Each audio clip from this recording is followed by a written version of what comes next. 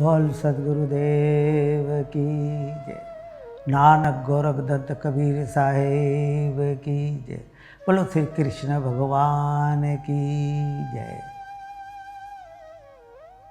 आज बहुत अच्छा मौका हमें मिला है कि इस कराची पाकिस्तान के अंदर ज्ञान वर्षा का ये जो चैनल की शुरुआत हुई है, इससे हमें अपने सनातन धर्म को जानने का मौका मिला है और इसके आभारी हम पाकिस्तान सरकार के हैं। और पाकिस्तान में हम बहुत आज़ादी और बहुत खुशहाल और खुले तरीके से हम रहते हैं और यहाँ ये धर्म की चर्चा हो रही है, तो हम ये ज्ञान वर्षा चैनल के सभी मेंबरों के बहुत बड़े आभारी हैं कि इन्होंने हमें ये मौका दिया कि ये ज्ञान की वर्षा किस तरह हो रही है, सारे संसार में हो रही है। पढ़ाई की वर्षा हो रही है, ये भी ज्ञान है। हुनर हो रहा है, ये भी ज्ञान है। जो कुछ हो रहा है वो हमारी समझ से ज्ञान ही ज्ञान है। अब इसी ज्ञान के अंदर अंदर हमें सत्य ज्ञान को जानना ज़रूरी है। ये जीवन, मानव जीवन जो हमें मिला है, ये बड़ी मुश्किल से मिला, बड़ा अनमोल जीवन है। ये मानुष जीवन को हमने किस तरह चलाना है और किस तरह इस संसार में रहना है कि खाली हमने भाग दौड़ नहीं करनी है, हर चीज़ को समझ के चलना है। पढ़ाई करनी है, संसार चलाना है, नौकरी धंधे करने हैं, हुनर सीखना है, सब कुछ चला। इस सब कुछ सीखने के बाद फिर हमने क्या करना है? सब मिलेगा संसार में, धन दौलत। यूरोप चले जाएंगे, अमेरिका चले जाएंगे, ऑस्ट्रेलिया चले जाएंगे, सब जगह चले जाएंगे, लेकिन जो सत्य ज्ञान है वो हमें कहाँ मिलेगा? सत्य ज्ञान को जानने के लिए हमें सदगुरु के शरणागति करनी पड़ेगी।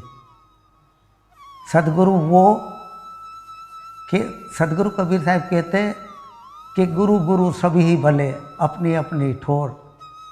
शब्द विवेकी आत्म ज्ञानी, वो मेरे माथे का मोड़, वो मेरे सिर का ताज है, जो आप हमारे जीवन में, हमारे जीवन की कल्याण का रास्ता बता दें। उस ऐसे गुरु की शरण में हम जाके तन मन धन से उनकी सेवा करें और गुरु को समर्पित हो जाए। सदगुरु को जब हम समर्पित हो जाएंगे तो गुरु महाराज अपने गर्भ में ले लेंगे अपने। जिस तरह माता के गर्भ में बालक माता को समर्पित होता है, बालक का खाना, माता का खाना, माता का पीना, माता का श्वास लेना, वो सब बालक को समर्पित रहता है। इसी तरह हमें गुरु का गर्भ बन जाना चाहिए। तन मन धन से उनकी सेवा, उनके चरण में बैठ के, उनके चरण में रह के अपना तन मन और धन गुरु को अर्पण कर। मन कहते कि काया वाचा और मनोभावना से गुरु की शरणों में हमने जाना है। काया वाचा और मनोभावना से गुरु की शरण में हम जब जाएंगे तो गुरु की करुणा उत्पन्न हो जाएगी। सदगुरु की करुणा जब उत्पन्न हुई, कहते कि तो फिर तो निहाल हो जाता कि सदगुरु की दया हुई ना, सपने सूझे नहीं सत्संग। जो दया हो जाए गुरुदेव की तो फिर भक्ति में आ जाएगा रंग। तो हमें सबसे पहले सदगुरु की भक्ति करनी पड़ेगी। नवोदय भक्ति द्वारा सदगुरु की भक्ति करेंगे हम, तो सदगुरु की करुणा उत्पन्न होगी, तो गुरु भक्ति का विकास करेंगे हमारे अंदर। भागवतम के पहले अध्याय के मातम्य में एक बहुत सुंदर मनोरंजन कथा लिखी है कि वृंदावन के अंदर एक युवा स्त्री बैठी हुई है और उनके आगे दो बुजुर्ग बूढ़े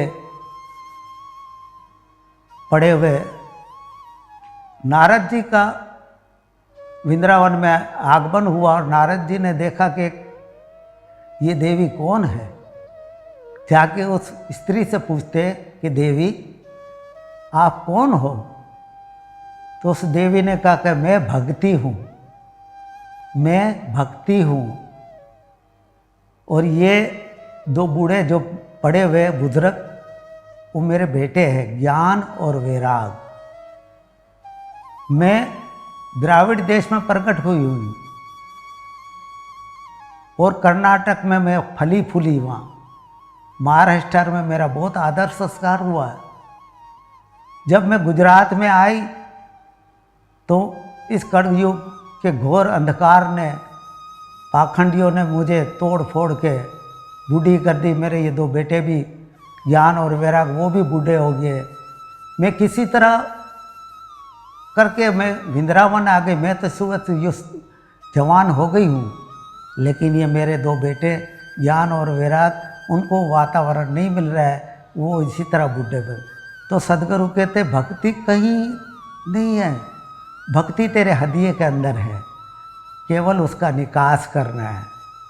और गुरु महाराज भक्ति का अवतरण करते हैं, भक्ति का अवतरण करते हैं, भक्ति का अवतरण करते। जिस तरह गंगा नदी आकाश से उतरी और हिमालय पर्वत को तोड़ती हुई मैदानी भाग में पानी पानी कर दिया, इसी तरह ज्ञान वैराग और भक्ति द्वारा जो हमारे आगे, ये जीव के आगे दो पर्वत पड़े हुए, अहंता और ममता के दो ऐसे पर्वत हैं जो ये भक्ति को उजागर नहीं होने देते। तो ज्ञान वैराग और भक्ति के पानीपुर के अंदर ये दोनों पर्वत टूट के चकनाचूर हो जाते हैं और यहाँ तक कि ये संसार तक सारा समीप हो जाता है और जीवन के अंदर हमारा पूरा जीवन भक्ति में तरबोड़ हो जाता है। तो ये ज्ञान की गंगा जो वर्षा हो रही है, ये ज्ञान गंगा वर्षा हो रही है ना, ये ज्ञान की वर्षा। तो इस वर्षा के अंदर कहते कि बरसत शब्द अमी के बादल भीजत है कोई संत, कोई वर्षा हो रही ज्ञान की, लेकिन इसको हम लेने की कोशिश जब तक नहीं करेंगे, हम कभी इधर भागते, गुरु तो कर लेते हैं लेकिन भक्ति किसी और जगह करना शुरू कर देते। क्या गुरु और भक्ति किसी और की कर। अरे भक्ति कीजिए गुरु की, जा से उपजे ज्ञान, ज्ञान बिना मुक्ति नहीं, कहे कबीर तू सतमान। भक्ति जब हम गुरु की करेंगे तो गुरु ज़रूर उस परमात्मा के साथ तुम्हारा संबंध जोड़ देगा और उस संबंध जोड़ने से ये जीवन का कल्याण हो जाएगा। और ये जीवन का कल्याण ही सदगुरु के चरणों में है और सदगुरु के चरणों में रह के हमारे ये जीवन का कल्याण करने के लिए हमें ये सारी पंथ पंथोली प्रथा प्रथी ये सब छोड़ के एक गुरु के शरण के अंदर विश्वास रखे और गुरु के वचन को मान ले। और गुरु कहते हैं कि तू सुन ले वचन हमारा, मैं तुझे तरत कर दूंगा भव पारा। ये गुरु की गारंटी है, गुरु गारंटी से बात करते हैं, गुरु गारंटी देता। गुरु ये नहीं कहता कि तू मरने के बाद तेरी मुक्ति होगी, नहीं, गुरु कहता है कि तेरे को जीवत ही तेरे को मुक्त करा दूँ, ये जन्म और मरण से रहित हो जाएगा तू। पर गुरु की बात तो सुन ले, गुरु की बात को मान ले। सदगुरु की बात को जब हम समझ लेंगे, गुरु का वचन ही तो परमात्मा का स्वरूप है, गुरु के वचन में ही तो परमात्मा समाये हुए और गुरु के वचन के अंदर ही हमने हमारा कल्याण है। बोल सदगुरु की देव की जय। सतनाम सदगुरु। अगर कुछ किसी को हमारे शब्द का विरोध भाव होए तो मुझे क्षमा कर देना। बोल सदगुरुदेव।